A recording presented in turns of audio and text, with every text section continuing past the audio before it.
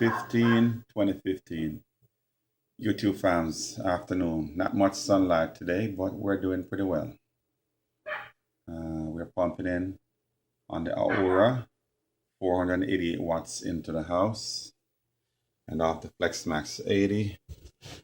Battery is at 100% state of charge. We're at float voltage on the FlexMax 80, and my dump controller is now active, as you could see. We're taking in 10 amps off the battery. Meanwhile, we're in float voltage to the FlexMax 80 at 396.97 watts. It's being dumped over in to the Power Jack 1200 grid tie, which is also putting in an extra 334 watts into the house. So that's what's going on. So we have roughly 900 watts going to the house on this bleaky day. So this is my alternative where the Power Jack and this is concerned. That's why I don't have to buy a Outback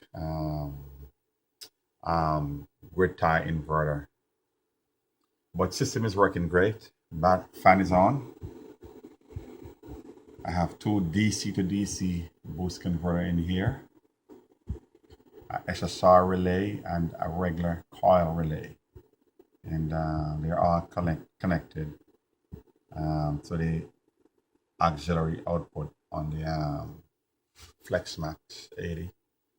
So whenever we go to float voltage, fan comes on to keep the SSR relay cool. Fan comes on to keep the two DC to DC boost converter cool. Likewise, the coil relay.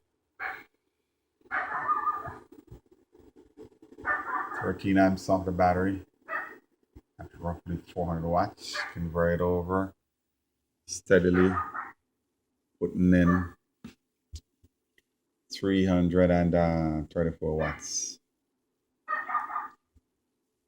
along with what's over here on the Aura. So pretty good day today, and like I say, my battery is at 100% state of charge, and we're in float voltage. We don't have any sun today, but it's not raining. Talk to you, YouTube.